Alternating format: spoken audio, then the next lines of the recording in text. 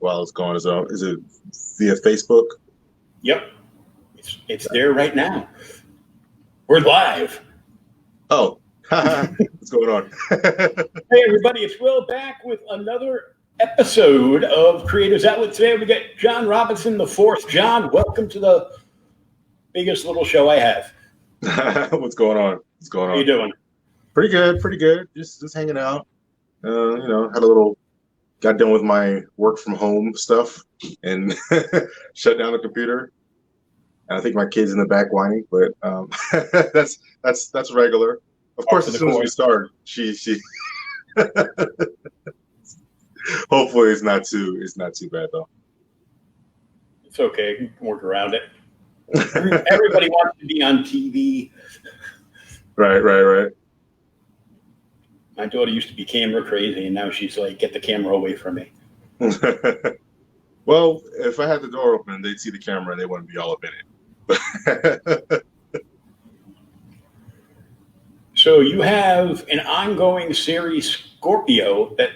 Is it Scorpio or Scorpion? No, Scorpio. Yeah. And you just released the second issue, very, very close by. The second issue was released. So I had a Kickstarter. Oh Jesus, she's riling up about something. Of course, right when we start. Hold on, give me one moment. Sure, go ahead.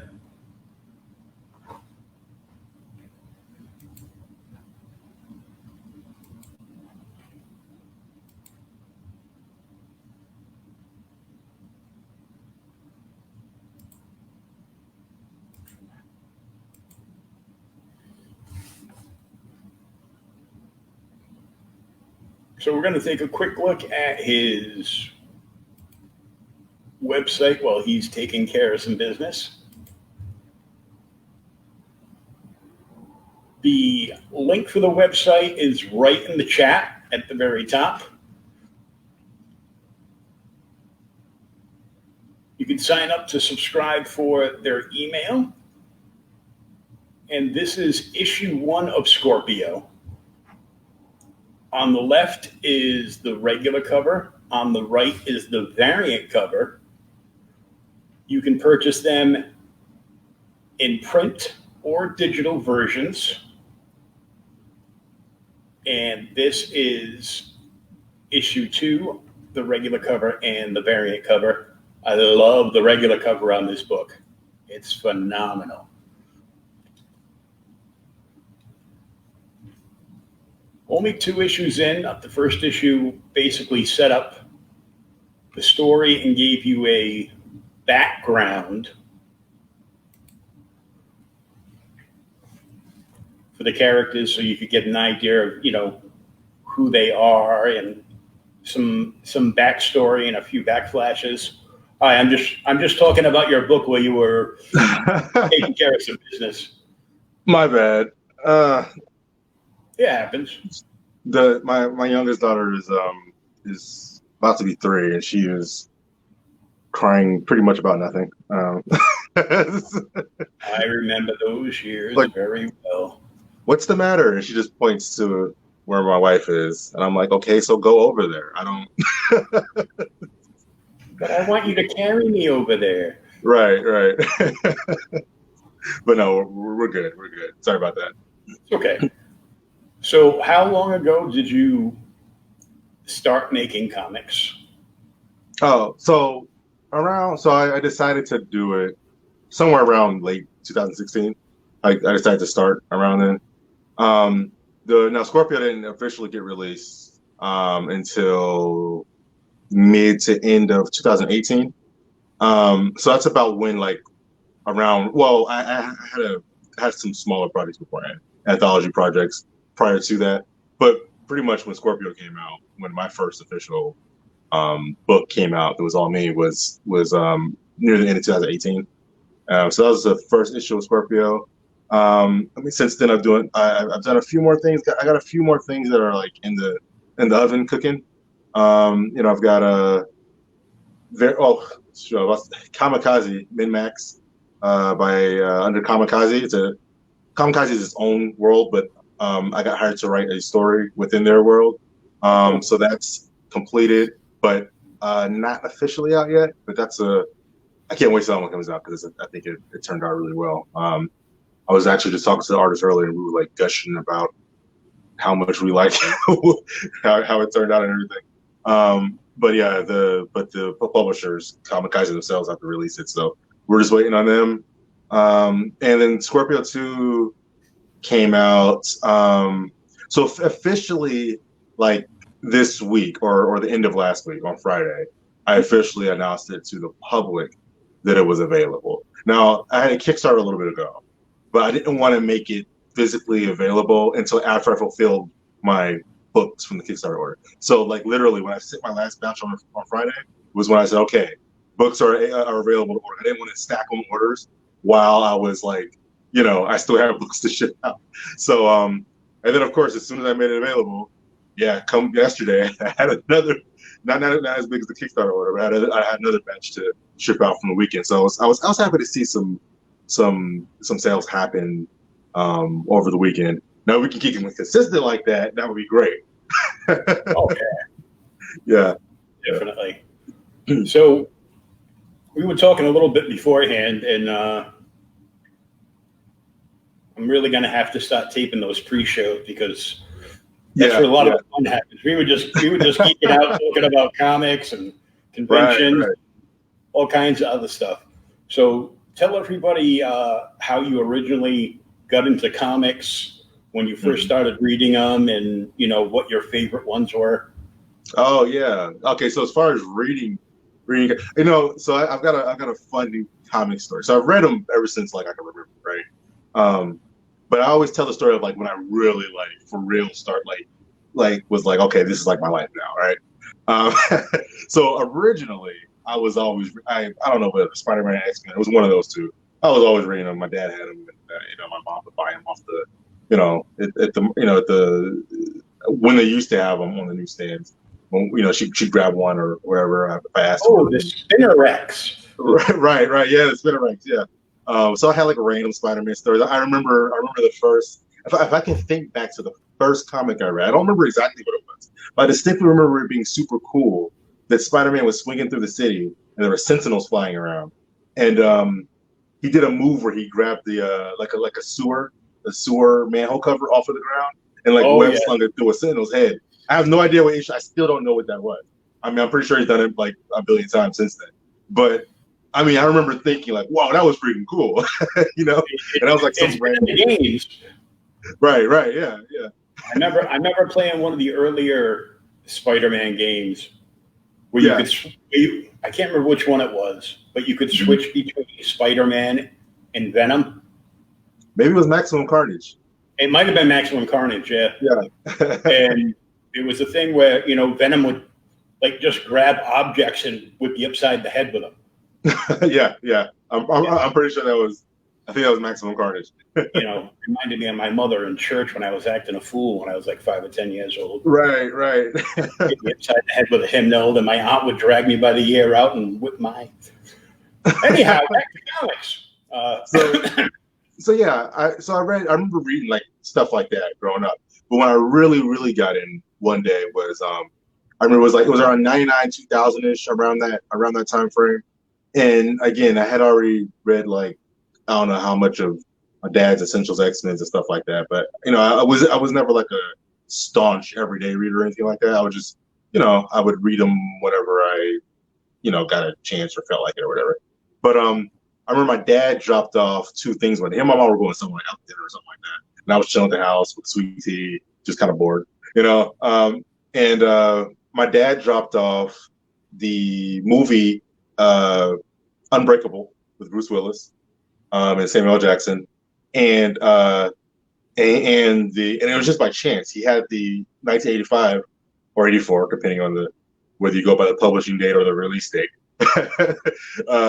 But the 1984 Secret Wars, So I remember I watched like Unbreakable, which is a movie all about the heroes and the hero and the villain, and it's comic symbolism all through the movie, So I was like super amped up.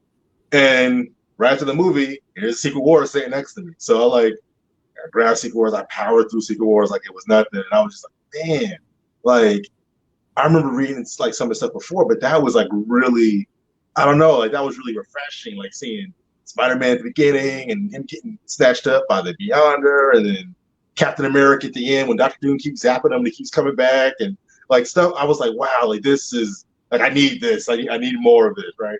So that's like when I like for real dove in. I've been like pretty much reading whatever ever since then. You know, sometimes held back by being a college student with no money, or a high school student and then a college student with no money. But but then you know I kept I somehow got my hands on comics ever since then and kept reading. So Well, I found my very first comic shop when I was 15. nice. I saw one prior to that. It turns out a friend of mine who's passed away since actually owned it, but it crashed and burned within like a few months. Oh wow, yeah. The area of the state he put it in, pretty much every kid around there besides me and like maybe 6 of my friends that were into comics. Everybody else was just, everything was sports. Nobody cared about comics or, you know, anything like that around there. So this store opened up and it was like a little small hole in the wall.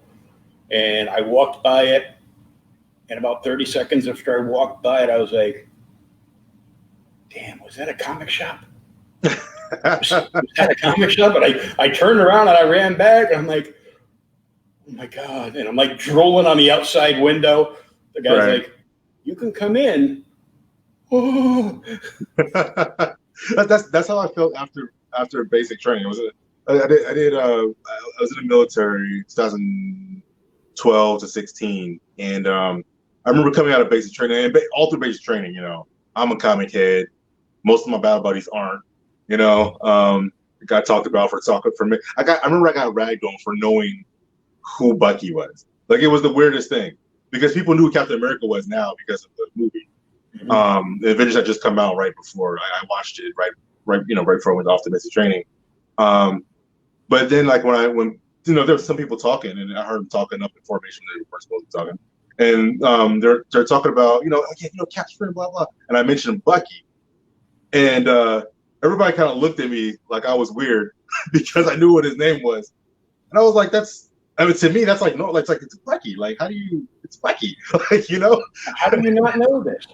You know, it's like the Winter Soldier. You know, and my drill sergeant he made it worse because he was just laughing and joking and grilling them along with me, you know. So I mean, it was all in good fun, and it wasn't like bullying or anything like that. But it was still like kind of those moments, like really, you're a nerd. Be like, you get furlough, you go hit the officers club or the bar in town, and you walk in, start talking to a girl at the bar, and like, look out, he's going to try to read you a comic book. Yeah, stuff like that. But you know, I'm more used to it. You know, it is what it is. Plus nowadays, things are a little different now. You know, comics are more popular thanks to the movies, especially. Just about everything except for like the 37 Law and Order series is all comic books. Right. CW wouldn't exist without DC. Yeah. They just announced that they already renewed the new Stargirl series for a second season. Yep, I saw that earlier. Yeah. And they're taking it off DC because the DC app is crash and burn. Yeah. I heard. I've heard. They're gonna keep the app, but it's only gonna be like the Marvel. It's gonna be DC's Marvel Unlimited. Right.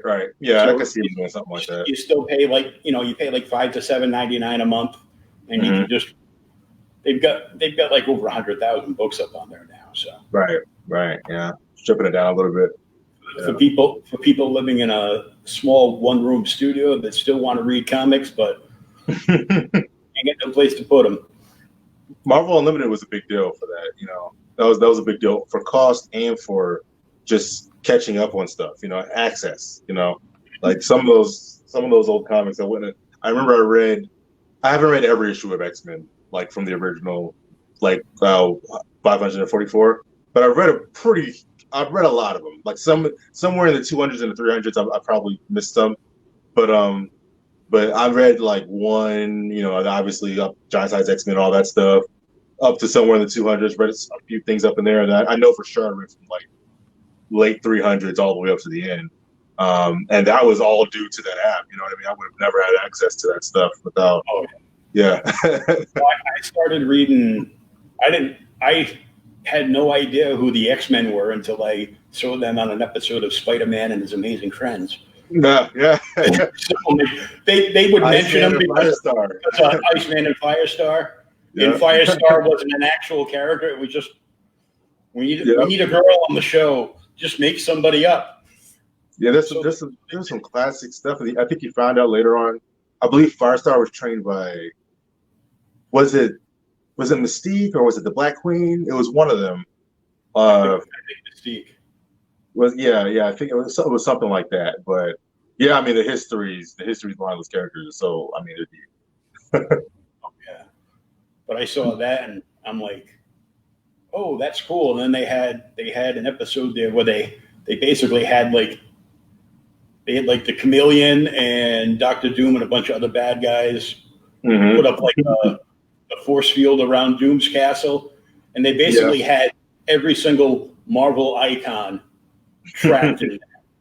Nice. Sounds like some classic stuff. Yeah. Oh, it's great. You can watch it for free on the Disney app if you have the Disney app. Oh yeah, there's a lot to still peruse through on there. There's a lot of stuff. They've got all the Spider-Man cartoons on there except the old classic ones, the 1965 or 66 ones. Oh, and those are the ones I had some of them on tape, or at least my parents had them on tape, and I watched them. Yeah, I remember one of them where Doctor Doom took over the leaders of the world. Took over the minds of the world leaders or something like that. Spider-Man had to stop him. Yeah, something like that. I can't remember. It was like I think they took the plot for that out of the supervillain team up series. Mm-hmm. Yeah, which is great reading if you have a chance. Mm-hmm. It's pretty much every supervillain in every major supervillain in the Marvel universe. Lots of Magneto and Doctor Doom. Right. Which is pretty much why I like it, because Doctor Doom and the Joker are my two favorite supervillains. So right. Yeah, Doctor Doom's up there for me. Yeah, he's pretty much one of the best. Like there's not a lot of people that top Doctor Doom. Uh-oh. Someone said they can't see anything. Hopefully the audio's still going.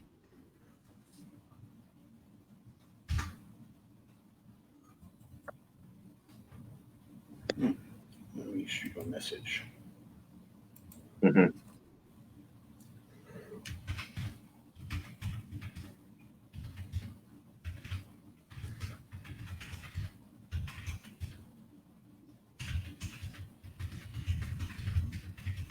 Let's see if I can tell who's on Facebook. Yeah, I had to make a new one. Yeah. So I'm pretty sure we're on there because my boss said he can see us.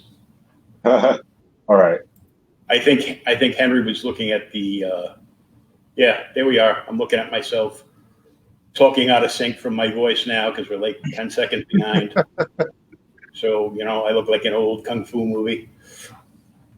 It's all good. There we go. All right, let's take a look at your website again now that you're here. We peeked at it while you were gone. So this is what you see when you get on the Scorpio.com website. So I got to go to this page so I can scroll. There we go. And right here you can sign up for an email. So any new stuff you see going on? Yeah. So we sign up for the email list. The good thing about that, I try to get people on there because it helps keep them informed. Every time I go to cons, people are like, well, how am I going to know when the next issue comes out? You know, because it's not like in, regular Marvel DC distribution and stuff. And I'm like, oh, email list. You'll like I'll email you and you'll know. Obviously follow the Facebook, social media and stuff like that. But I mean, we're in the world of digital now. So Facebook, Instagram. I'm not on Instagram as much. I'm trying to get better at Instagram. My problem is that I do things from the computer. And Instagram is all phone, and it bothers the crap out of me. You can do everything on Instagram on the computer except for post. It's so frustrating. but I'm trying to get better at Instagram. It bothers me. And now, like to upload a video, like to upload this video, you have to get a second Instagram app, the Instagram TV app. Right. Yep. So you can make the post, but you can't post it unless you post it to the TV app, and then it'll cycle through and refresh, and then it'll post, and they'll get like the first 15 seconds of it, and they have to hit the IGTV button, the IGTV button to go over. Yeah, I'm used to it at this point, but yeah, you get free stuff to the email list too, though. That's how you get access to. I do drawings every once in a while for free prints. Just kind of feel like sending stuff out to people. I'll do giveaways on there. You get a free micro comic. You get a free ash can. Ash can is basically a preview of the books. You get a few panels from issue 1 and 2, so you can get an idea of the feel of the book. And you get a nice handful of stuff on the email list. That's the best way to stay informed. Also, you'll be the first people to see new characters and stuff like that. One big thing about Scorpio is since it is a Zodiac comic, it's called Scorpio. But people always ask, "Are you going to do a Virgo book? Or are you going to do a?" And it's like, no, I'm not, because this is the Zodiac book. It's just called Scorpio because it's from the perspective of Scorpio, at least initially.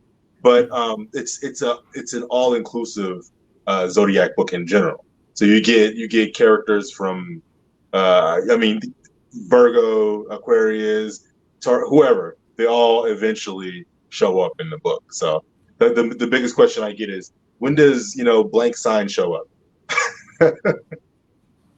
Well, sign up on the mailing list and you'll find out first. Right. You get to see images first too. The art and the character studies and stuff like that. So you have a regular cover and a variant cover for each issue. Correct. Yep. The first issue has that's Danny, a younger Danny. You'll learn the main character's name is Danny. There's a younger version of him on the cover on that first issue, which you find out in issue 3 why. but anyway, you get Danny, and then the second one is Naomi. The variant cover, is Naomi. And then the same thing for the second issue, you get on the cover is Shakti, she's actually the Libra character. They call it the heralds of their sign, kind of like heralds of Galactus, stuff like that. So she's the herald of Libra. And then the second cover is again Naomi. So Naomi is her and Danny are the main characters of the book. So I figured with the book first starting off from Danny's perspective, it would be cool to get a variant covers featuring Naomi on the covers. So yeah, for issue 3, that's obviously not out yet. I'm still debating back and forth on whether or not I do a variant cover for that. And the reason is because that's also when I release the volume 1, which is issues 1 through 3 are together. So there'll be the floppy of number 3 available for people who already have the first 2, and then or anybody who prefers floppies, and then a collected edition of 1 through 3, which will be because 1 through 3 is a full story arc, kind of your intro story arc. So I've been debating back and forth on whether or not I should have a variant cover for number 3. I might do a poll or something for that. Do a poll for it, or just do a regular cover for issue 3 floppy, and Right. make the variant cover for the trade. Yeah. Well, the trade has its own cover. So the trade actually the cover is done. I haven't released it yet. Well, it's done. It's the art is done, so the colors aren't done on it yet. But yeah, the cover is like a more all inclusive of all the characters from the Okay. first three issues. Because you see each of these ones are like the frontal face view of some of the characters. And the third one, so the regular floppy cover of the third one will be a front face, one of the same style of one of the other characters in the book. Um, and then but yeah, I was just wondering if I should do also a variant in addition to that. So I'm still going back and forth. We'll see about the demand. Yeah, do a poll beforehand, and if you have enough people that want a variant cover, then you could always throw in a bonus variant cover as like Right. a mockable reward on the Kickstarter. Absolutely. Yeah. Now this main cover on issue 2, Hmm. I'm in love with. Ah, yeah, a lot of people like that one. Like all the eyes. Oh, Appreciate it. Appreciate it. it took me an hour and a half to read the second issue. Really? Oh, I was uploading and premiering videos on YouTube. I was shooting emails back and forth with Colin Bunn with his new Kickstarter that launches tomorrow, and Nice. talking with Heroes Initiative, and talking with the guys from the website. And then every time I go back to it, I'm just like, staring like a little boy seeing a girl for the first time. I'm like, wow. Yeah, the art on that cover is probably one of the most amazing covers I've seen all year. Nice. Appreciate that. Yeah, that's by Scarlett Lay. She did an amazing job. She's also doing the third cover of the character who will not be named yet, who will be the facial front view. But yeah, she's doing that third one too. And even though the style is the same on the first one's actually a different artist. He couldn't return for the other covers; he was too small. So Scarlett actually came in on 2 and 3, and yeah, I'm glad she came in. She's done an excellent job. I mean, it was such a smooth process. It was like I think there was like on each of them there was like maybe one go back, like, hey, can you change this one thing? And then the second time she nailed it perfectly, like just a slight, she just nailed it. I'm like, you're too good.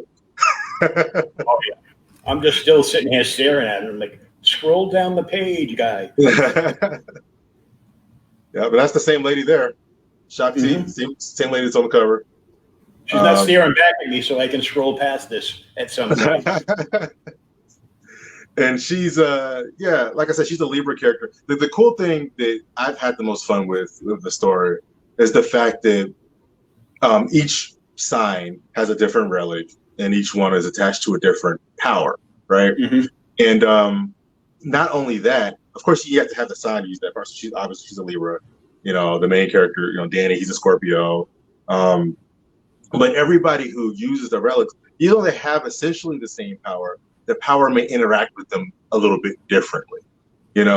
So it's been fun, like kind of surmising how these different abilities would work with a different Libra. What if a Libra other than Shakti used hers are called the Libra scales, obviously. So like, what if somebody else used the Libra scale? Well, they're called the Aegis bands, but the Aegis bands are also called Libra scales.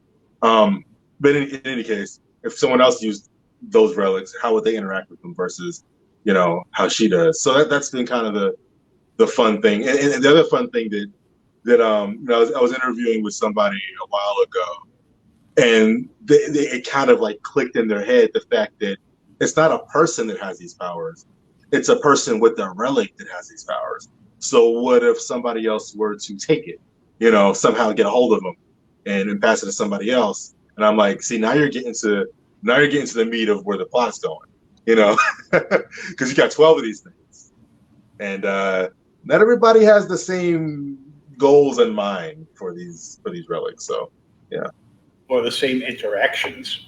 right, exactly. So that's been the fun part of it. So you get like a little synopsis and another beautifully colored piece of art. Yeah, that one's by GV, and then there's the creative team there. Myself and Marco. Marco's been doing an excellent job, very diligent. Vivi's been with me from the beginning, like from the very, very, very beginning, like the first person I found to work on the project, and she's been an immense, not only with her coloring, but seeking out artists to help do pinups. She found Marco, as a matter of fact, because Marco didn't do the art in the first issue. If you notice, the first issue has different art. Yeah. When we had to look for a different artist, she reached out and she ended up finding Marco, and she's been doing an excellent job. And then Andrea there, I met Andrea through another small publisher, Short Fuse, and we hit it off real well. I was working on a book with them, and that book is still kind of in limbo somewhere. But the fact that me and her hit it off so well working on that book, I brought her on to do editing for Scorpio. So yeah, it's been like the team's pretty tight. It's been, I love this team and where we're going with the book and how diligent they are, how invested they are. It doesn't feel like there's been times in the past where I've done, got pieces of art or something like that. And it's kind of like all right, I did the art and I'm out, But these, it's you can tell that they're invested in the work, and it shows. So I really appreciate all of them for that, Yeah, they fall somewhere between team and a family. Right, yeah. Yeah, there's Shakti again. Got a lot of Shakti on here. I didn't realize how much of Shakti's on the. I guess she gets her debut in issue 2, so I guess that's why she shows up so much. Yeah. You have the little bit about the inspiration behind the story. Mm-hmm. Oh, and she's right here, faded into the background as well. Right. Yep. Well, so the thing is about Shakti is, even though the book, you're probably wondering, why is the book not called Libra at this point? But the thing about Shakti is, even though Danny's the main character, he's a Scorpio, Shakti being Libra, she's actually the leader. There's an organization called the Zodiac organization. They're supposed to protect these relics, right? She's the leader of that organization, and she's one of the longest holding members, because a lot of the time you can pass the relics down, because while you have the relics, you are essentially immortal in terms of life. I mean, you can still get shot in the head, but in terms of like age, you're essentially immortal in that way. So while some people, or a lot of people, have passed their relics down, Shakti, being the leader, has been the leader for well over a millennium. You know what I mean? So that's why there's so much of her in the book, despite the book not being called Libra.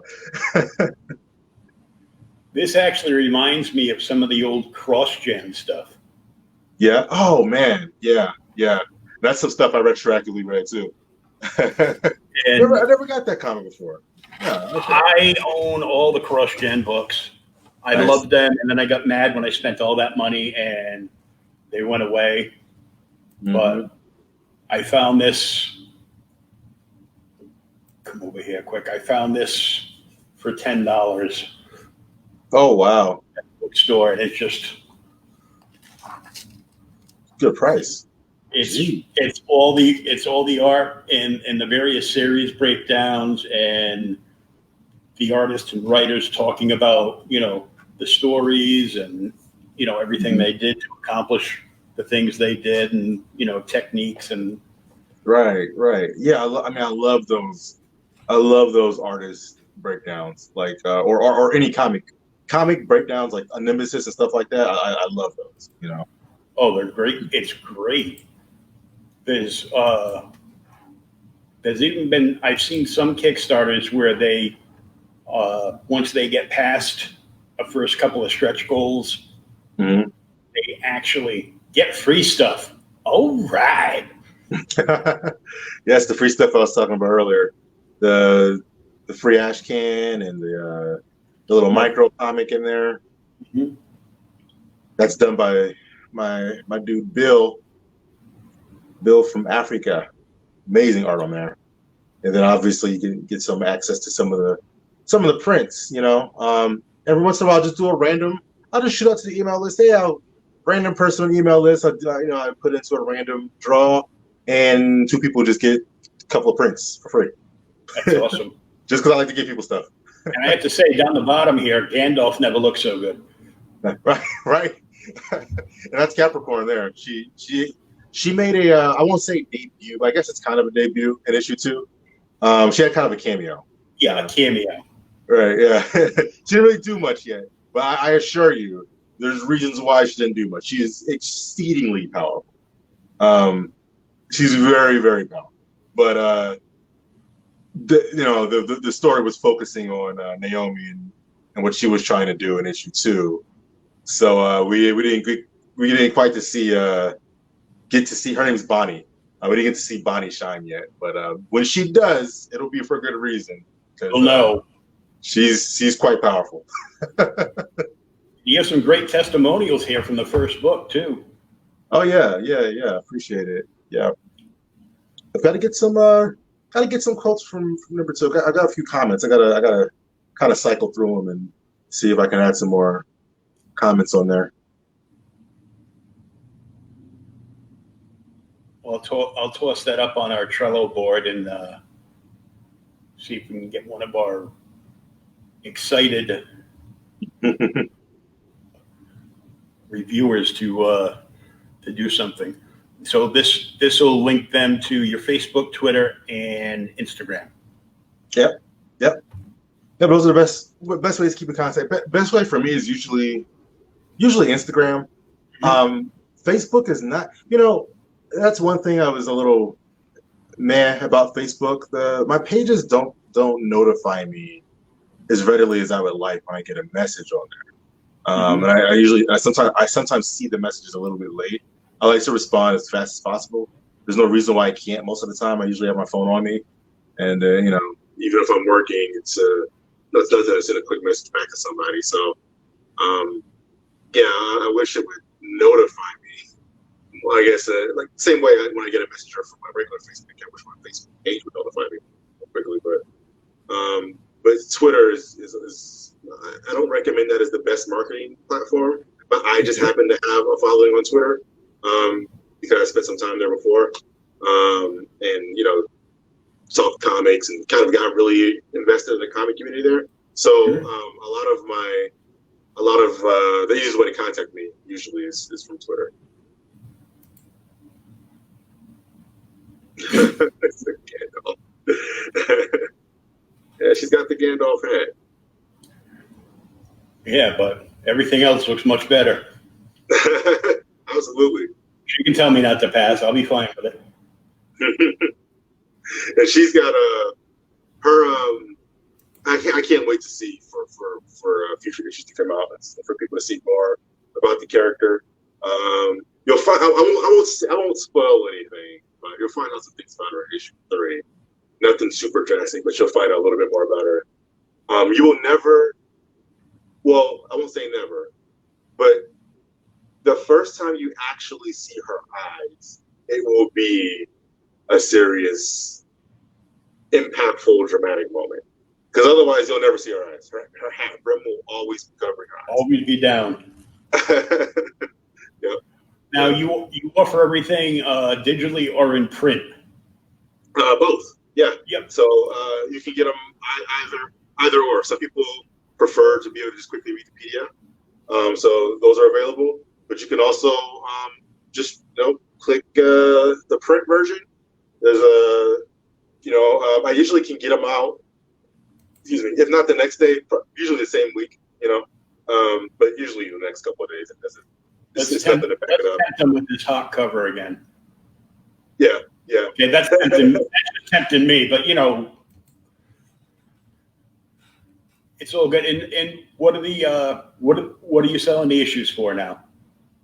Yeah, so there are 5. Yeah, issues 1 and 2 are 5. Well, the variants actually. I'm sorry. The variants do have a $2 upcharge, so those are actually come out to set, which I know is generally pretty pricey in general. But indie comics world is a little bit different from your on the shelf comics. You know, Oh yeah. we've got to make more to keep them running. So, but I had no problems with the $2 on the variant covers. You know what I mean? And actually, now that I think about it, I actually may retract that statement, because now that I think about it, some variant comics in the comic store cost quite a bit more than $7. So depending on the variant. Yeah, it all depends. You know, right. If that comic store just dished out like $15K to like Marvel or DC to have their own special 600 print run, you know, regular and Virgin variant sets. You know, we spent $1,500, so we want $100 a set. I'm like, no. I can't say no all the time, because sometimes I just have to have, you know, certain covers. Oh yeah, every once in a while there's a cover that I'm just like, I need that one.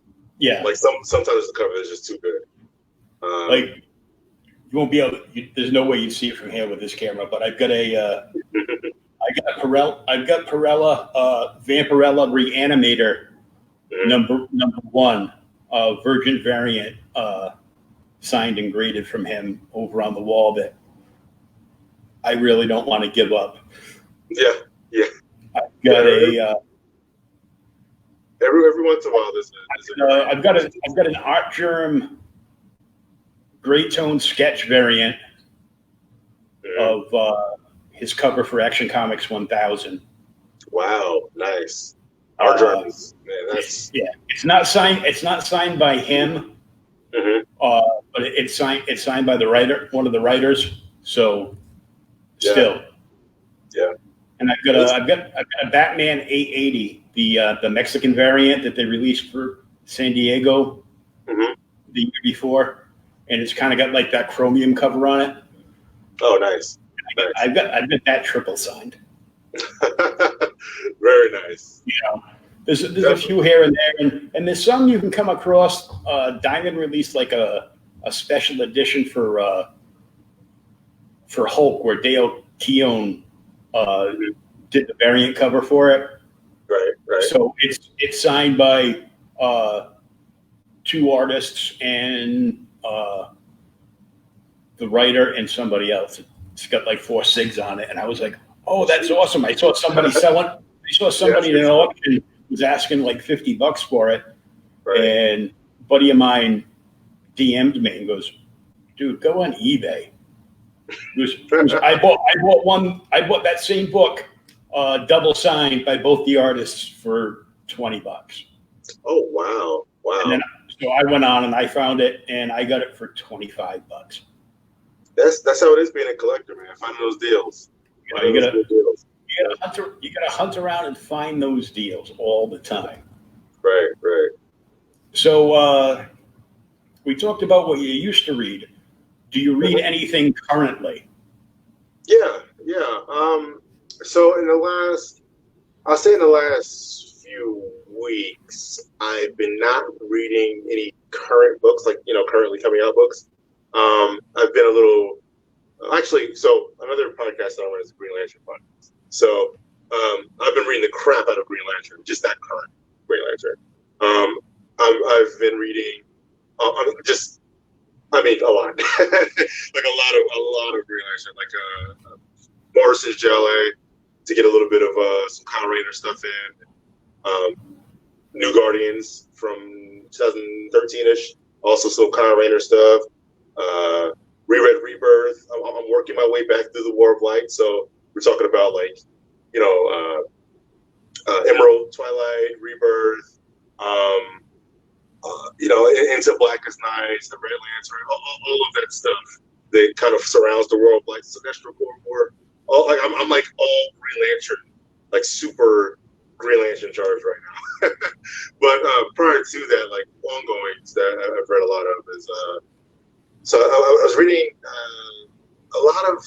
I was reading the X-Men stuff. A lot of it, pretty much almost all the X-Men books. I'm like behind it, all of them. I'm a big Star Wars head. So pretty much everything Star Wars. And Immortal Hulk, man, that's probably my favorite. Oh my god, it's probably my favorite book that's currently, coming out. Amazing Spider-Man and Incredible Hulk were the two books that I have been reading on the Marvel side since I was a kid. Yeah. And, in my high school years, I discovered X-Men, and everything prior to 5 years prior to Jim Lee and up. Right. I've collected. Now, granted, I can't keep track of a lot of them because out of the blue they'll pop in like a new series, and all of a sudden there's like 5 X-Men series. Now. Oh yeah. Now. Yeah, there's a billion X-Men series out there, and I know I'm super behind. I mean, eventually I'll go back and I actually power binge. I'll just go back and figure out, okay, what am I behind? All right, the last issue I read was issue 3. They're on 15. Let's go. So I'll just power through them. The good thing about newer books is they're faster reads. I guess you don't get as much content per book, so there's a little bit of but they are much faster reads. So I can power through a lot of them. I mean, don't get me wrong. Some writers still have a lot of caption and dialogue in there, stuff in there, but a lot of books, like every time I fell back behind on Batman, for example, because I was reading that consistently up until 85 when Tom King got off. I'm still reading it, but just not as fast. But yeah, Tom King's Batman reads were so quick. I mean, because the way he writes, he's more about he let the artists do their work, and you just power through a Batman issue like it's nothing. Oh yeah. I've been reading Batman since I was 4 years old. Right. Yeah. Oh, and also on DC side, now I think about it, Batman and Flash are the 2 books I caught up on. Which Flash is a random one for me because Flash has been a book that I've never been caught up on. But for some reason, that's the book right now that I'm caught up on 90 whatever issues. So I'm still a handful behind on Flash, but yeah, it's weird because with the team on the book right now, it's this issue will be phenomenal, and this issue will be huh? Yeah. We know all this stuff. Right. If you watch one episode of a TV show and read a half a book, you already know this. Right. Exactly. Yeah. Some of it is like that. I did I think there was a Flash. Was it year 1? Was it a year 1 or was it a Secret Origin? It was one of those 2. I can't remember. Well, I like that one though.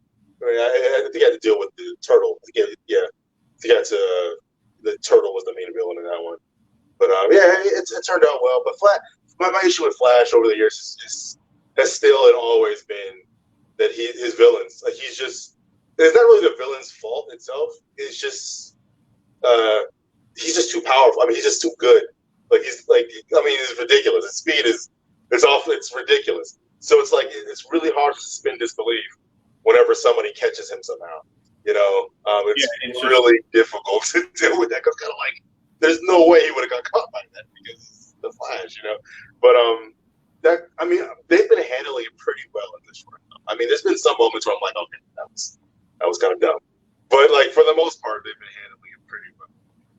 I saw a leak of an upcoming cover for Flash. Mm-hmm. It was oh my god, I want a dozen of those covers.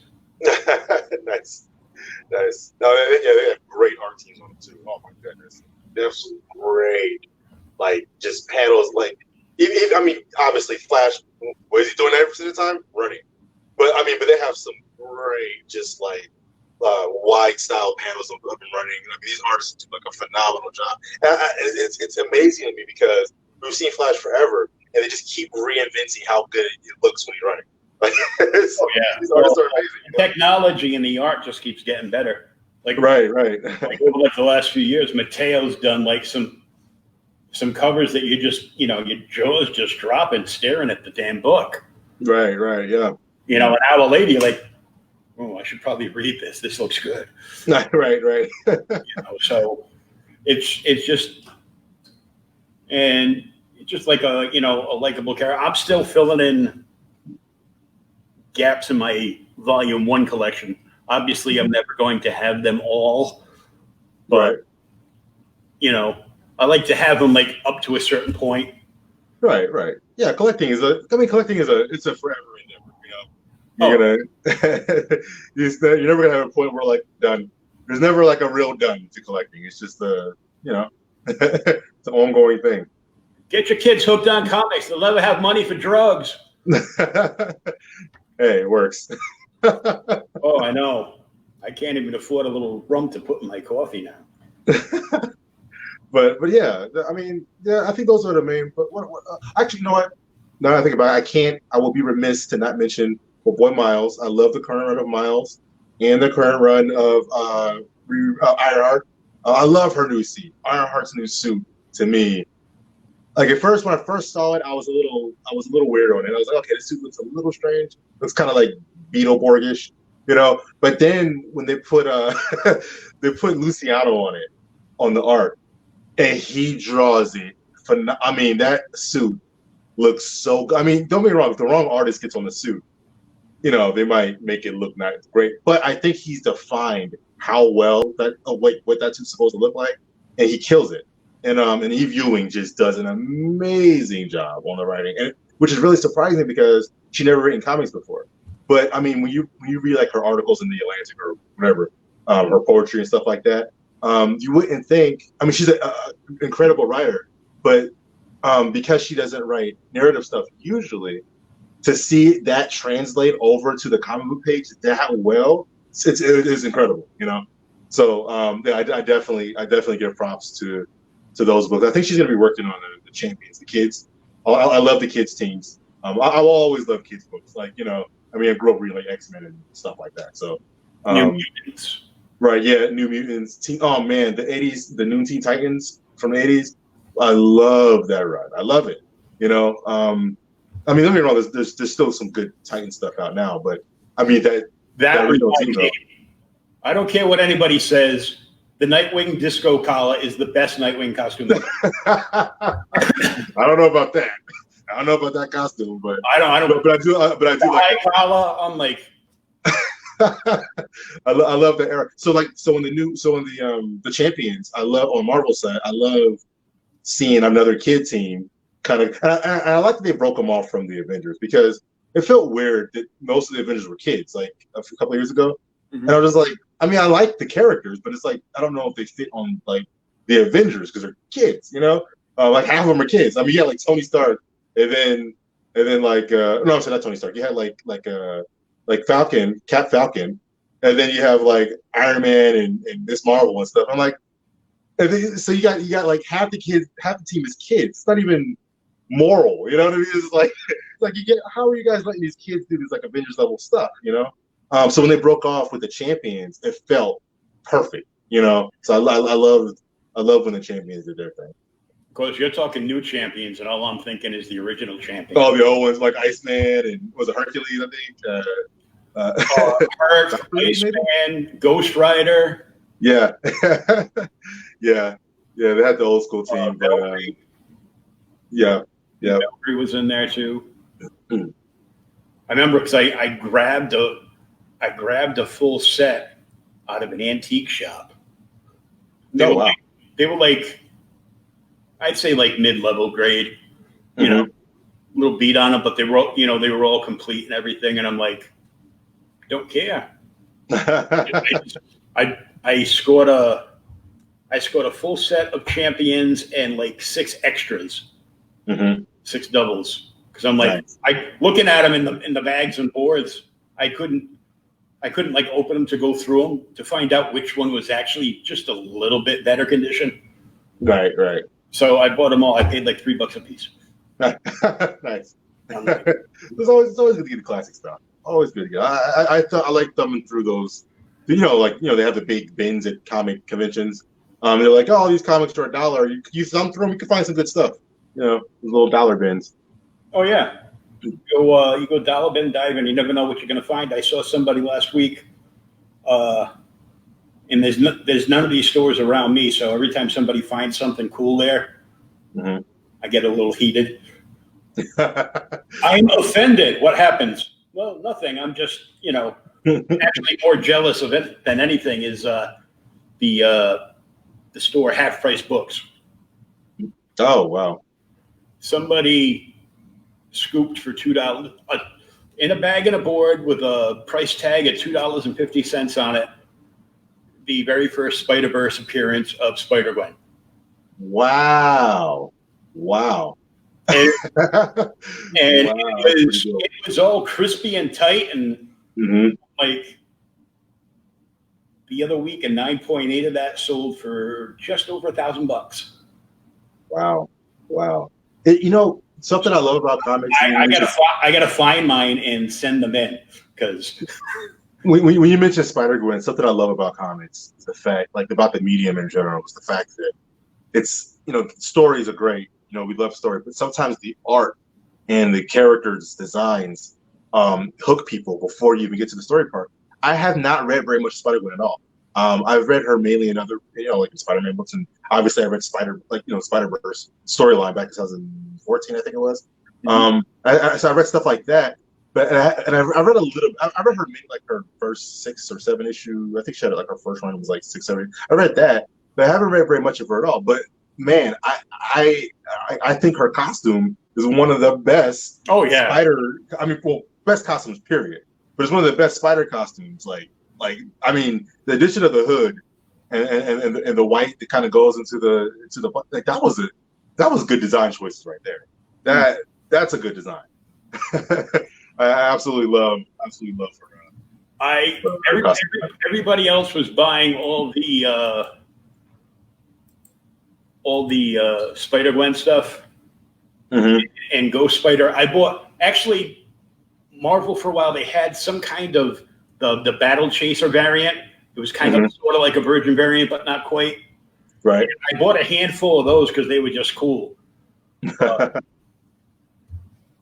If you'll excuse me 1 second, my daughter just walked in. All right, no problem. So if you can entertain the crowd for a little bit, I should be back in just a minute. Gotcha. No worries. So self-entertainment. Well, I've got some issues here. Right. I will use the issues that my daughter tore up, that I'm not selling, obviously, because my daughter's got to it, of Scorpio #2 right here, featuring Naomi, the Naomi variant cover. I dig this cover a whole lot. This is it was done by Sean Hill, and the colors are actually by the interior colorist Viviana Spinelli. So again, daughter's got to this book, so its pages are all torn up, but you can kind of see the interiors there, and there's the team, Sean Hill and Viviana Spinelli. And like when we switched over to this book, or to this team rather, like I really liked what they did with the art in this book. Like, I think it came out really, really well. Vibrant colors. Vivi was already a beast on the colors, but she really worked well with Marco's art to make everything really pop. Even the smallest details in there are incredible to me. So, in any case, we are getting issue #3 worked on right now. Just give you a little bit of sneak peeks for issue #2. We follow my boy right here, Danny. He's looking sad with blood on his lip. Danny's a young millionaire. He kind of got caught up in this war that he doesn't want to deal with over these 12 relics. Basically, his dad passed the relic down to him. He wants nothing to do with it, but he's roped in anyways because he is the heir to the power. So it's kind of one of those tropes, the heir to the power story, but he doesn't want it. But Naomi does. So there's a whole lot of kind of fighting over the power, who's right it is to hold the power, kind of thing. And then it evolves a whole lot from there. Like again, Even though I've been working on this for a while, indie comics, take a lot longer to come out, production and everything. But we're still only in the early stages. Like we haven't even, man, we've hit like nothing yet, and it's cool to be building this thing and knowing where it's going, and seeing the foundation being laid. So yeah, I was just showing folks some of the. Yeah, I was watching. This is my beat up issue. My daughters got to it. It took maybe 2.5 minutes of the issues arriving for my oldest daughter to be looking at one and me telling her to be careful and her subsequently not being careful. And I was like, well, dang, already. Like, so this is the one that they read. So now it's even more beat up. But they enjoy it. That's all right. Yeah. There's a lot more where that came from, so it's all good. I got to tell you, when I was first reading the first issue, scrolling down, and I was at the page where his whole team is toasting him, right, because of what's going on with the company. And then I scrolled down, and the redhead popped her sweater off, and we just popping right out of the screen at me, all Jessica Rabbit style. I'm like, woo! Yeah, that's good old Carmen Jones. Carmen Jones. And she's a big recurring character in the book. Yeah. Yeah, she's not like a one and done just for for the effect. Like she's actually she's the CEO of his company. And his company plays a big role into everything because his company is, he's he's a young millionaire trying to live his life, you know what I mean? And that's what keeps him the most from, well, there's other things you'll find out as the story goes on as to why he's reluctant to hold the power, so to speak. But that company is a big scapegoat for him. So that it has a lot to do with, I think about it, he's got a security company and his house gets broken into. May not do the best for numbers. May not do the best for customer trust. But anyway, she's the lady kind of like, went off, teed off on him. Right. Well, we can do it this way or we can do it that way. Because everybody's already knows because we're here already. Yeah. But yeah, you learn Carmen's she's the chief operating officer. She's like basically second in charge of the company. So even though she's getting all comfy with the boss in this issue, you see in future issues like she has like it's almost a personality swap, and I like playing with that dynamic because it shows different sides of people. It's kind of like here's this person when they're relaxed, it's kind of like she's like being playful and kind of promiscuous or whatever, and then there's the we're in trouble mode. And you see a little bit of that in Liberty too, not a whole lot, but a little bit of it in two. And it's kind of the swap over to okay, it's time to do work kind of thing. So I like showing like sides of character. Same reason why the main character is a cheating douchebag, because he cares about his he's a good family, take care of his brother and sister and stuff like that, whatever. But he's also like cheating on his fiance with Carmen, so it's like showing sides to people, showing kind of character complexities. That's what I like to try to get at. Like these people are not perfect. Like everybody's not Captain America, or Clark Kent.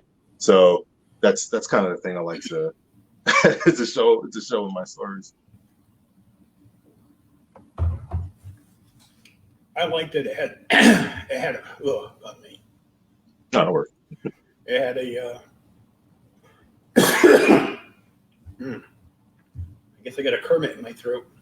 It had a good story progression throughout both issues. like you got like about halfway through up until Carmen and him went into his apartment. Well, his mansion. Yeah, big apartment. Yeah, it was a basic setup, not just introduction, but so you could see the personalities of the people and how they how they reacted to certain things. Right, exactly. So you can get a feeling of who the person actually is. Mm-hmm. Yeah, and that's a big thing that I aim for. You know, a big thing is I don't want people to just be doing cool stuff. I want you to know who they are, and why they're doing cool stuff and how they're doing cool stuff. You know what I mean? When you see, one of the things even during the fight scene in the first issue, I wanted to show that Danny knows how to fight. He has fought before, but he's not seeing this other this other chick who just came in his house. He's like, it's clear that he blocked a couple of punches. All right, he's got some combat something there, but the level of combat is vastly different when she comes in, and how efficiently these guys kind of break in. You see in issue 2, they kind of efficiently get in, get what they came for, and then bow out, almost like it was nothing to this house that's supposed to be one of the most secure, right? Yeah, state of art security. And yeah, so that, I mean, I like to do stuff like that. And then in issue 2, of course, you get to meet even the characters who broke in. You get a little bit of them, before things happen. so yeah, you get some of that. And so I really like to. I don't want to spend too much time on just like, oh, these characters are cool and they're hanging out together, but I want to spend enough time for you to feel who they are, to kind of get some sort of attachment to them as the story progresses. It's tough to do, but it's one of those things that you gotta balance out with the plot. Character development is key to any good story. Yeah. Spend 10 minutes with Chris Claremont and he'll tell you that. That's the first thing he'll tell you. But some of his magnificent run on X-Men, some of the best stories were just the X-Men interacting and growing as characters within the book, and not just fighting Magneto and the Sentinels and the Brotherhood. Oh yeah, that's the best. That's why X-Men is so lovable. That's the best thing about X-Men. We know who these people are, so when they deal with stuff, it's like, it's a big deal when you see Psylocke come in and start kind of messing around with Scott, and you're kind of like, oh, where's Jean? It's that, like, moments like that are big deals. It's not because these people. So now you're not thinking about Magneto's next attack. Now you're thinking about, oh, what's going on with Scott and Jean's relationship, and what's Psylocke doing? It's that kind of thing. Oh yeah, definitely. It's when you've been reading comics as long as you have been now, or as long as I have, which is right. A lot longer than you've been around. But yeah. I was discovering my first comic book store when you were just starting to read your first comics. Right, exactly. So, yeah, it's like 15-year difference, no big deal. But when you read them and when you started to get older, you could dissect the story developments and the pacing of the stories and the issues. Right, right. I could tell fell into place in these first 2 issues with you. They were well paced, and well thought out. You had really good interior art, and I was worried about that because, seeing my favorite cover, I'm like, yeah, please don't have this be like an incredible cover artist. Right. Inside is somebody that's just getting out of art school. Right. Yeah. Exactly. Yeah. I know that feel. But it was good because there's some I've run across some indie stuff in like the last few weeks that has been good, and others that have been phenomenal. and other ones that you're just excited to read. Mm-hmm. Yeah. So, prior to like a couple of years ago, the majority of my what I believe to be indie comics, Mm-hmm. Dark Horse, Dynamite. No. Right. Yeah. But prior to that, it was like, the stuff in the 90s. Right. Like Kitchen Sink Press, and when Mike Groh was producing through Eclipse, I think, for John Sable freelance. Mm-hmm. And Matt Wagner was doing the original Grendel. And oh wow, yeah. And J.O. Barr came out with the original Crow. Yeah. It's like, even if the art wasn't like, it's good, but it's not, Neil Adams good. Right. You read the story and you're like, screw the art. Exactly. Yeah. There's some books that are just, that'll just like blow you away like that. And they're just, fantastic. Mm-hmm. Because you can see that as, you can see some books like right off the bat as, sometimes you'll read like a new book and you could see it easily as like, a streaming TV show or, a movie, or sometimes even like, a feature like anime film or something. Right. Exactly. Yeah. And a lot of that is based on, I'd say like 25% of that's based on the story. Mm-hmm. And 75% of that is based on the art, the inking, the layout, the colors. Right. It's like the storyboarding, Yeah. Like you're setting it up. This is the progression that you're going to see on screen in animation or live action even. Yeah, I mean, and I heard someone recently make the comment that I think it was the Blurred Girl. She has a big she's like a big marketing guru, and one of the comments she made was that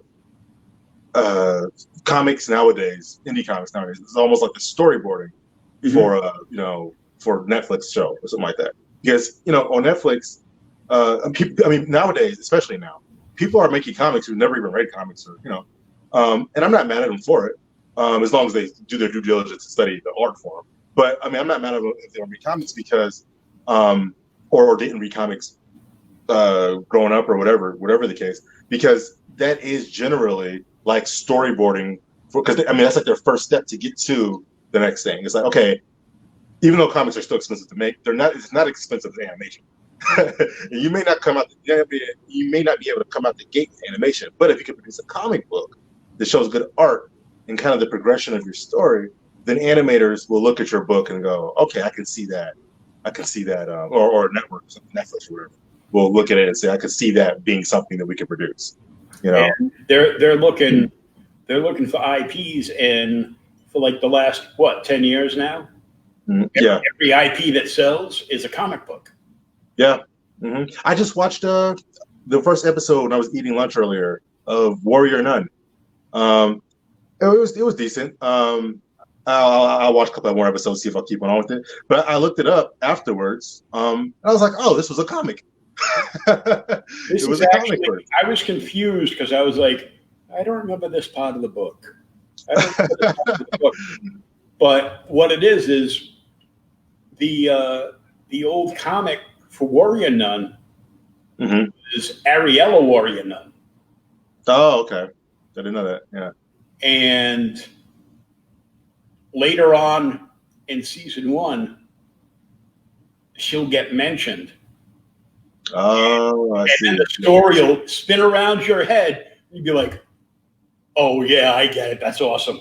Nice. So even if you didn't read, even if, that there was a character and, you could, look it up online just to find out the premise of the book or whatever, the train or whatever. So you get like a little feel for it. But you don't have to have read the books to understand this. If you read the books like I did, I still have them somewhere in my collection.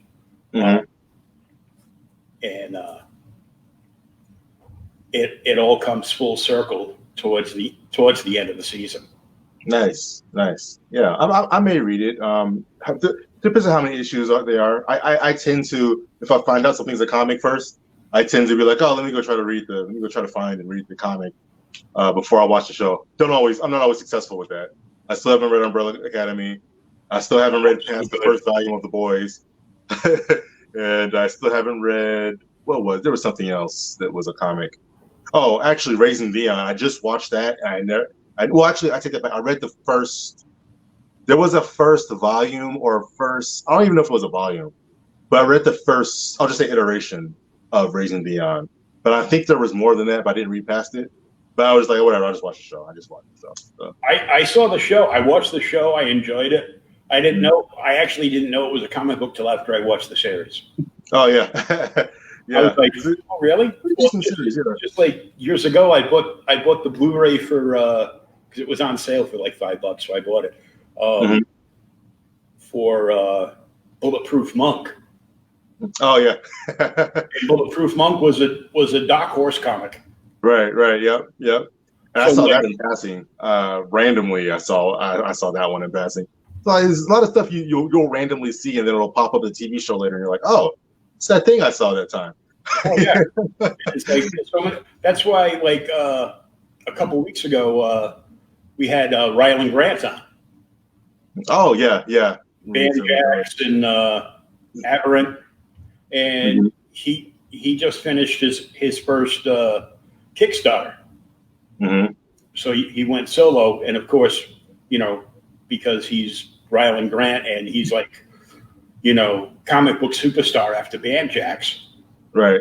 So I think his project funded, kind of like a Brian Pulido Lady Death Kickstarter. Right. Like 30 seconds after it launched. Not that soon, but really quick.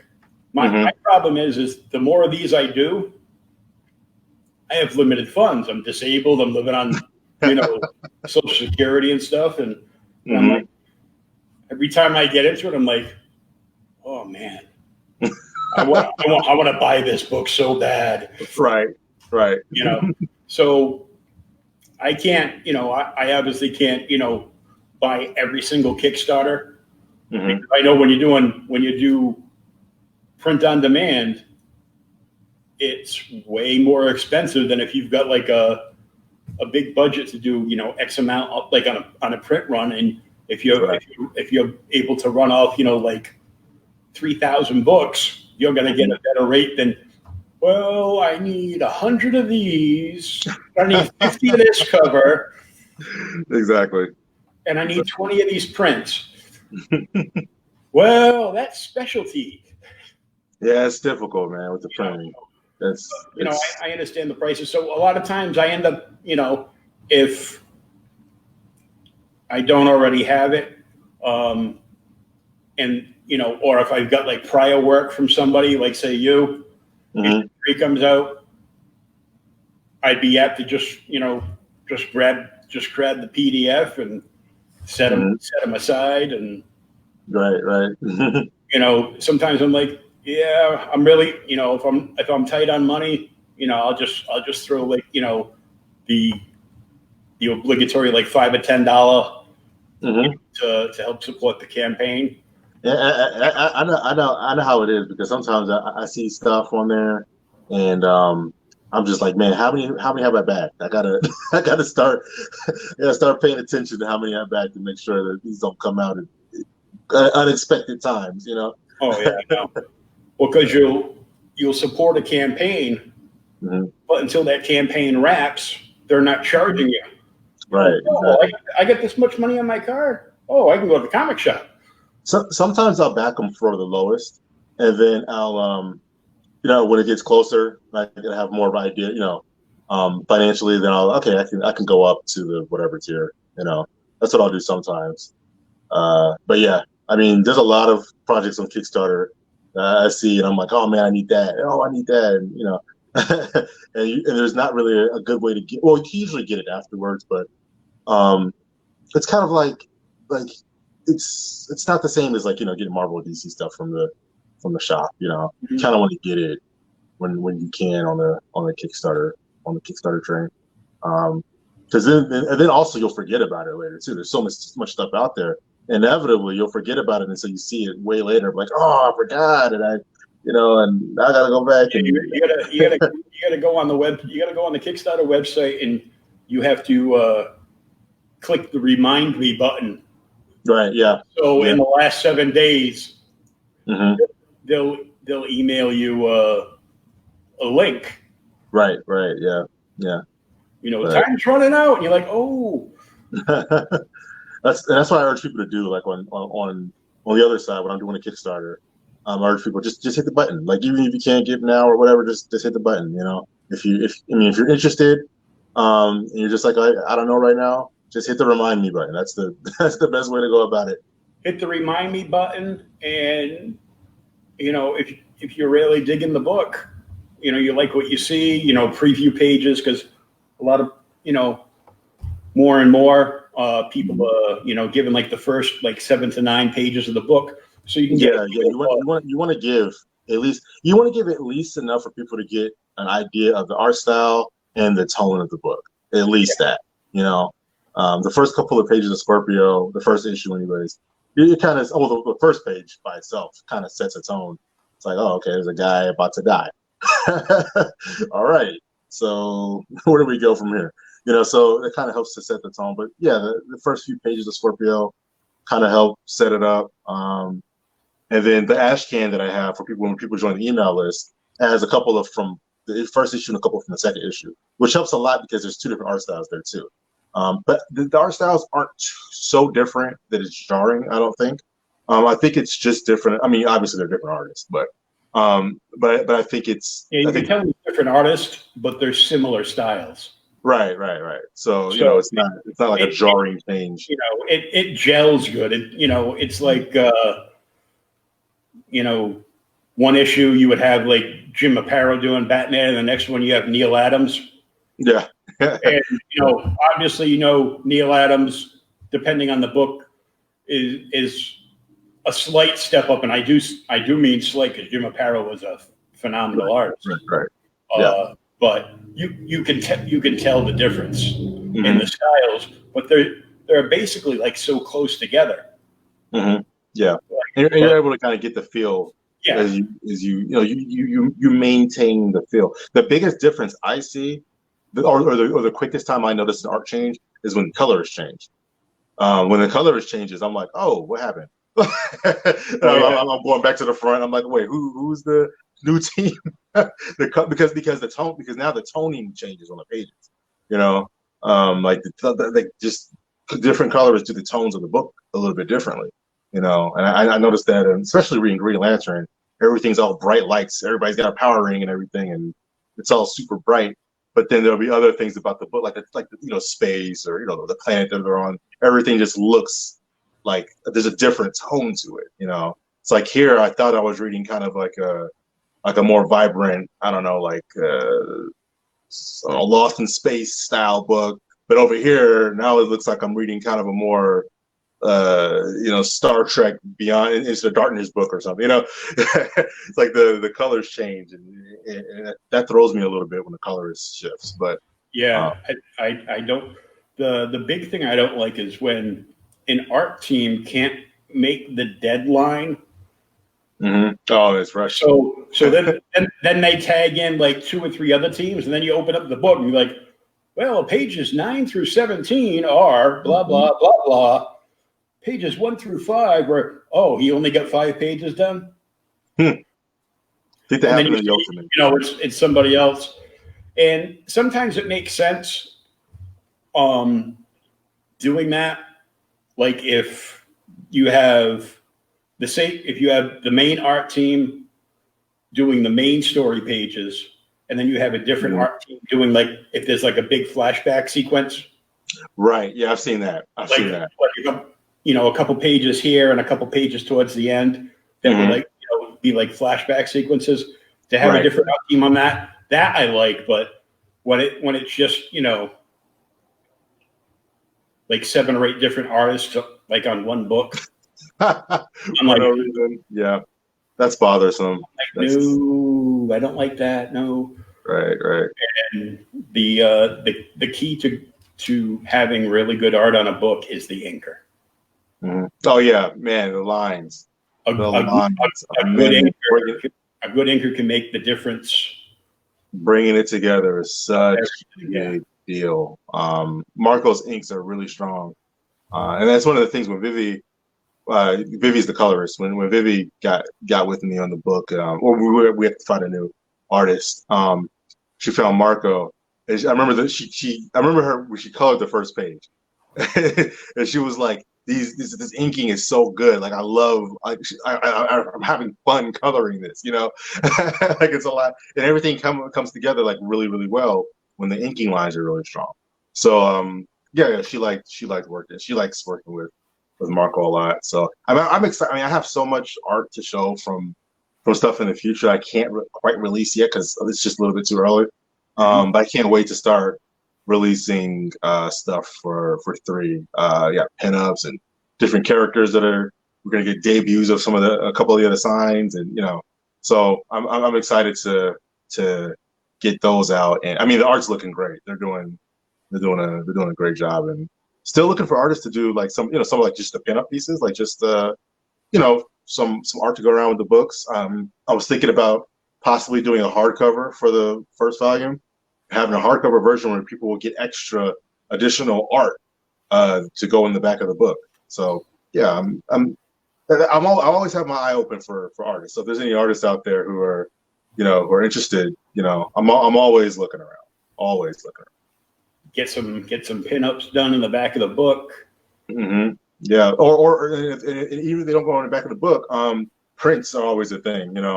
Making prints to for people to get for posters or whatever. Like that's, I mean, people love to have posters. Like if they like a thing, they love to have a poster to go along with that particular thing. So. Oh yeah, I was never big on the prints. Mm-hmm. Just because then I would have to buy a frame. Yeah. The only frames I could afford were like from Michaels, and they go right. wobble, wobble, wobble. Yeah. And you hope they stay together long enough for what you just bought to not fall out and get damaged. Yeah, I've gone to like kind of like Dragon Con and stuff like that, and I've had like prints just sitting off to the side for freaking months. Before I bought some frame, I was trying to find some decent price frames. I'm like, wait, what? I gotta find I try to go to Walmart, and don't get me wrong, Walmart has some pretty sturdy frames, but they don't have the right size. A lot of the prints are 11 by 17, and for I don't know what reason, Walmart has all the nice poster frames and every other poster type except for the one that I needed for an 11 by 17. The most important thing to remember about buying and selling prints is to always have top loaders on hand.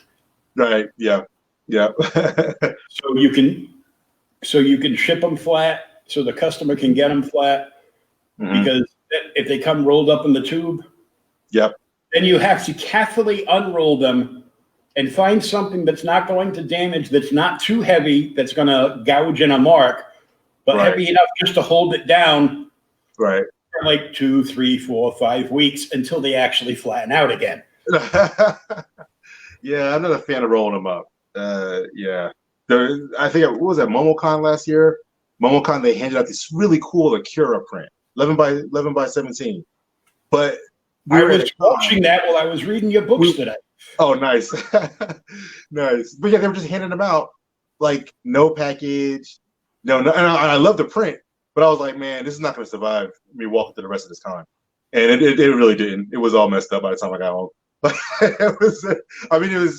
I could kind of flatten it out and still maybe put it in a frame, but honestly, it's not. It got messed up. So yeah.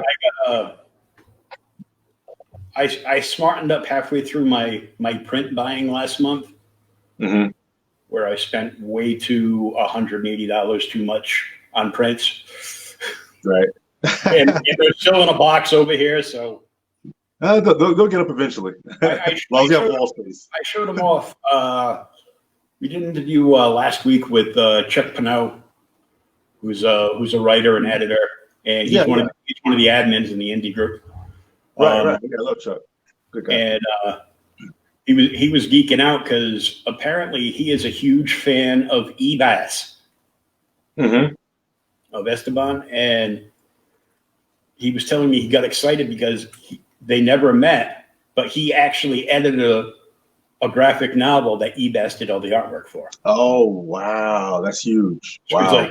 He was, I made the big time. My name is listed beneath his. Right. Wow, that's huge. That's huge. And I was like, so you're a big fan of his, huh? He goes, yeah. I go, I just got 3 painted Ebass signed prints. Wow. He's like, oh, can I see him? And I go, well, I'll tell you what, they're all painted, like all the painted style. And then he scanned them in and made his prints, and he does all his prints on like a good, like heavy stock. Right. And that's when I remembered when I heard somebody else goes, yeah, can I get top loaders with all of mine? I'm like, oh, idiot. Can I get top loaders? And then I ordered extra top loaders because I had extra prints here. And so I showed him. One was he did a painting of the Incredible Hulk. And it looks like he basically just not modeled, even though it looks like, super cool, super angry comic book Hulk. Right. But with Ferrigno features. Oh, nice. Classic. So I'm like, I go, if the conventions ever come back, I'm bringing that to Lou to sign. Right. Wow. Yeah. So, and he's a Dragon Con every year. It's like clockwork. Up here too. He's there all the time. Yeah. He's just like a regular con guy. He's like, well, we're gonna pay you to show up, and you're gonna make money from signing some autographs and taking some pictures. Okay. I'll take it. Go to the gym for the weekend, and there I am. So and there's another one where he did his version of the Joaquin Phoenix Joker lobby card movie poster. Nice. Like half a Joker's face, and he's holding the cigarette out, and the other half down Joker, and 3/4 of the background is just white. Like he didn't even bother painting it all, and it's so good you don't even notice it until you get embossed in the art of it. Right. Yeah. Sometimes the empty space is part of the art. This is all blank. What the hell? And another one, which is the first one that I bought of his, was a Mandalorian print. Oh, nice. And it's got half a Baby Yoda in the egg. So it's like he fades off to one side over here. And then you have the Mandalorian walking towards you, and it's the background. And the background is from the first trailer where they had all the Stormtrooper helmets on the spikes behind them. Oh yeah, it's so gorgeous. Man, I love that show. Was excellent. I love that show. Oh yeah, I can't wait for season 2. They did a great job with it. Yeah. Oh, yeah. It's so short though. I mean, that's how it is nowadays. That's just the formula nowadays. But I was like, I need more of this though. If it's on network, they take like 2 or 3 breaks during the actual seasoning. I go, well, there's a holiday here, so we're going to take 3 weeks off here. Then we're going to take the summer off, and then we're going to show the last 2 episodes. Yeah, we're going to take a week off. We're going to start the new season. Like, yeah. Game of Thrones was really weird with that too. Yeah, how their episodes came out. But what was funny is, he was there at the place that I bought the dealer that I bought the prints from. Ebas was there. Oh wow! So this was all. These weren't like prints that the dealer bought from him. And he already signed them, and he was just hoping to sell through on all of them. Right. He had them there, and Ebas brought like 3 of his portfolios. And they went through all his portfolios, and then they took the orders down as they went along. They had all the people in the store for him, Right. And he's like, okay, well, fly home, sign this many of these prints, and here's the list of all the ones you have to do remarks on. and then the guy breaks into it and goes, because this was like this was a Sunday show that he had EBOS on, and then he's like, goes, well, save some money because Wednesday we have personal print portfolios that are going to be here from Bob Layton. Oh, wow. Jim Steranko. Marv Wolfman and George Perez. Oh, wow. I met those two last year. I got to do an interview with Wolfman. That was a pretty big highlight. Oh yeah. Oh, I'd say so. Yeah. Yeah. It's like, wow. I'm because they sit you back in the interview room, like when you're media. They sit you back in the interview room and they have whoever come out. I had done like 8 interviews that day. Oh my gosh, I was like, so many people. But my very last one was even on my schedule. They were like, hey, Marv is free. I'm like, oh, I'm there. I was at a panel like in a few hotels down, and I was like, nope, I'm there. And I rushed all the way back, got in the back, and sure enough, got to do a little interview, a little 15-minute interview put out there. Yeah. So my big local con doesn't even offer that. They're like, so they're like, they allow you to do like a pre-con interview with like one of the celebrities. Right. But they don't guarantee anything. So they put your name in a hat. And they let you pick up to 3. And it was my first year going there. So of course I picked 3 people that canceled before the convention. I'm like, jeez. And that's bad luck.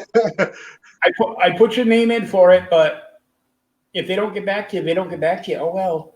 And then I have to go. I go. What about? Do you handle getting us on lists for for green room interviews with like the actual comic book artists? Mm. Oh no, that's all you. You just go up and talk to them. Oh wow. So it wasn't like you can go into a media room and if they you can talk to them on the floor and be like, okay, well, I'm gonna go to the media room if you take a break and I'm back there, and I'd like to get an interview if you could. Right. Everything was like on the floor, so you can't film anything on the floor. It's so noisy. Yes, it's very difficult. Very difficult. I have I did audio, and surprisingly enough, Samsung's audio recorder is like freaking amazing. And even with the floor volume, their audio feature canceling out as much background noise as possible, and then coming back and engineering it like on the computer, I was able to knock out most of the crappy background noise. I mean, you could tell you're in a con, but it's like you're clear though. Yeah, so. I just had my phone. Yeah. I mean, I should say I even bought a Samsung, like a little mic for my phone, but Samsung's voice recorder by itself is better than the mic. So I was just like, I just use the phone. So yeah, that just works great. The setup that I have now here is just right. I've done. I had a friend of mine over that's a cosplayer, and we did something. My little cousin turned 8 years old, and he cosplays Spider-Man all the time. Nice. So I did one of the Facebook dial-up rooms to his mom, my cousin, right? And I can hear her yelling, "Come here, the phone's for you. On the computer, the phone's for you." And he comes out, and all he does is see. He brought like a table over, and he perched up on the table. Right. "Hey, buddy, I heard it's your birthday." And he's like, just freaking out a little bit. So it's kind of cool. Yeah. So I want to thank you for coming on and spending some time and, talking shop and just, normal geek comic book stuff. Oh yeah, yeah. I love talking comics. So yeah, a huge pleasure. Thanks for inviting me on. It was a whole lot of fun. A whole lot of fun. And we hope to hear from you when you're getting ready to release number 3. Right. Number 3 is in production. A lot of stuff going on the back end. So things are moving. Not as fast as I like, but that's just comic creation in general. but comic creation with COVID too. So Oh yeah. COVID has thrown a wrench in things, definitely. But everything. We're moving along. I'm excited to get it out, especially since it's the first full kind of an arc, like get your first full story. So there'll be a collected edition of 1 through 3, and I'll be happy to get that out, and I'm excited to again share with everybody. I mean, even seeing the pictures that have come in recently, people getting their books from number 2.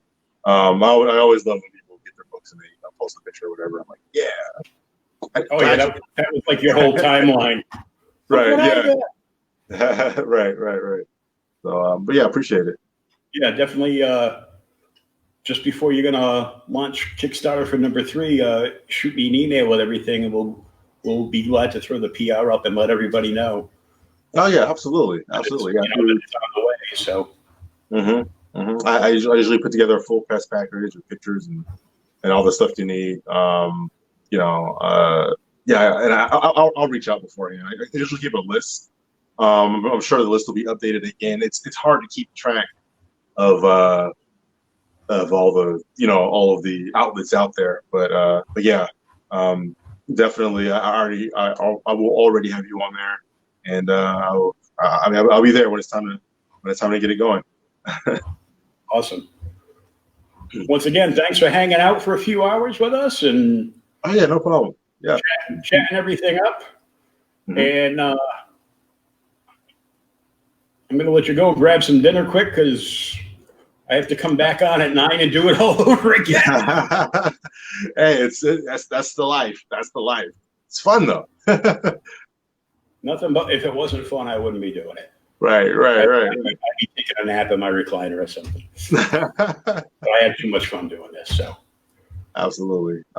All right, yeah. John, thanks again, and good luck with the book. And we can't wait for issue 3.